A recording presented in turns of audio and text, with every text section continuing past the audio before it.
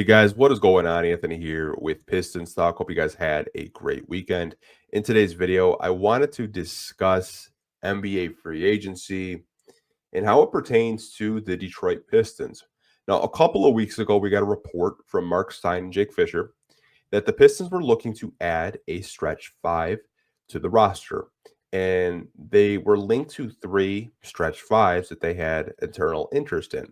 And those three stretch fives were Miles Turner from the Indiana Pacers, Naz Reid from the Minnesota Timberwolves, and Santi Aldama from the Memphis Grizzlies. Now, all three of those guys, in my opinion, would be huge upgrades to the Pistons front court because they can all spread the floor, pass, and defend. Now, Jake talked on his podcast about this again, and there were some things in there that I want to play for you guys, and we can talk and react about the Santi, the Naz Reid, and the Miles Turner report. So let me play the video for you guys, and we'll talk right after Jake is done talking. We're hearing that Detroit, one particular archetype of player that they're evaluating are 7-foot stretch big men.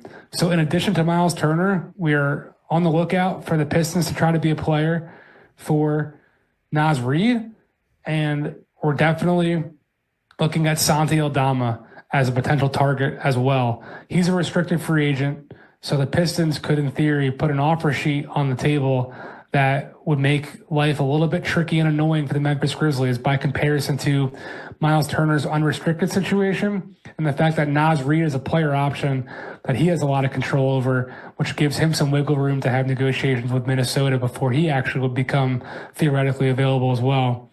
So of all those guys, I would handicap it right now that Santi Aldama seems to be the most likely player that fits that 7-foot floor spacing, sweet shooting big man archetype that Detroit has seemingly been linked to all across the board here. They might be seeing an opportunity to put some pressure on Memphis, and maybe there's an opportunity for them to work with the Grizzlies and figure out a sign and trade scenario that makes sense for both sides. So Jake unpacked a lot there, you guys. Let's start with Miles Turner. Now, he's an unrestricted free agent. There were reports immediately after, I think, Game 3 that the Pacers were very serious about bringing him back and going over the cap to re-sign him. $30 million per year was the AAV, kind of in the ballpark of what they were willing to re-sign Miles Turner for. Now, I'm not saying that the Pistons couldn't get to that number. I'm not saying that the Pistons couldn't go out and, free some cap and trade some guys and move some pieces to get Miles Turner. In theory, they could. I just don't think they will, given the season they had and the veterans like Tobias that make that bigger money that really impacted last season.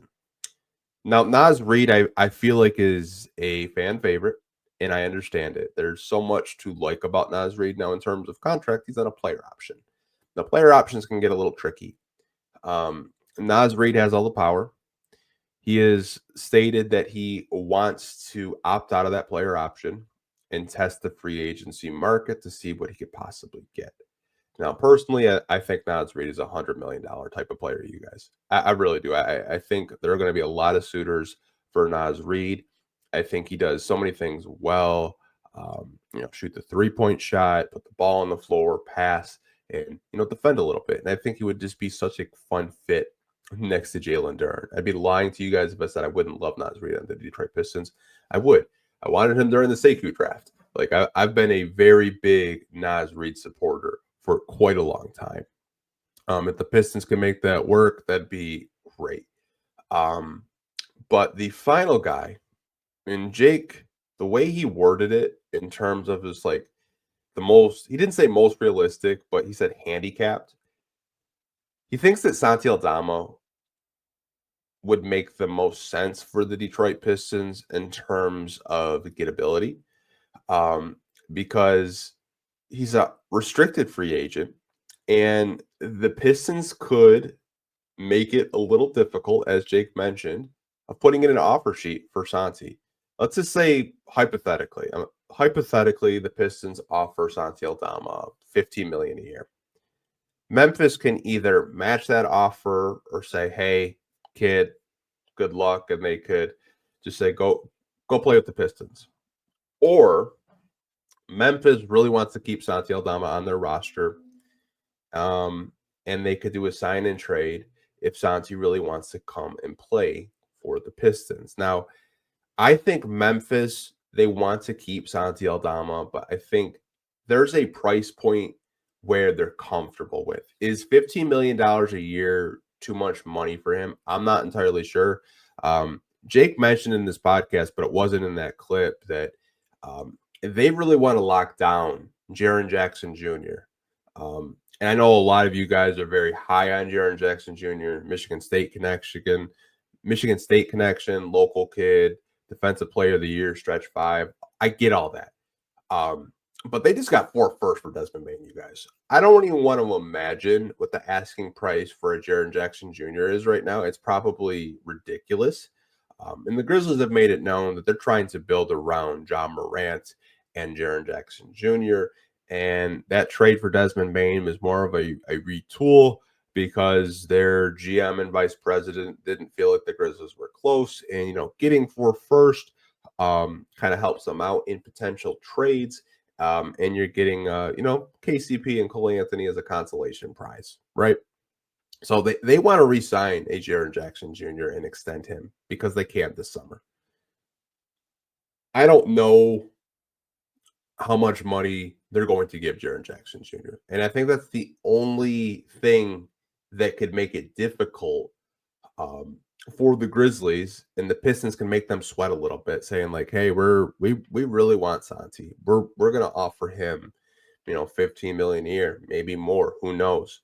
The way that contracts just are, because they're extremely inflated with the salary caps going up and the new TV deals, all that stuff. I really like Santi Aldama on the Detroit Pistons. I'd like any of these guys on the Detroit Pistons, but if you're telling me like you're getting Santi Aldama this offseason, I'd be kind of excited because he can shoot the rock, he can stretch the floor, he can play either center or power forward, so he could play next to Jalen Duren. I think he's a very versatile player, but let me know what you guys think of this reporting from Jake Fischer talking about the Detroit Pistons' interest in adding a stretch 5 to the roster, and kind of how Jake worded it, saying like he'd handicap, Santi being probably the most realistic target for the Pistons this offseason. But I will talk to you guys down below in the comment section. Like always, hope you guys are staying safe. Take care. Now, talk to you guys in the next video. Peace.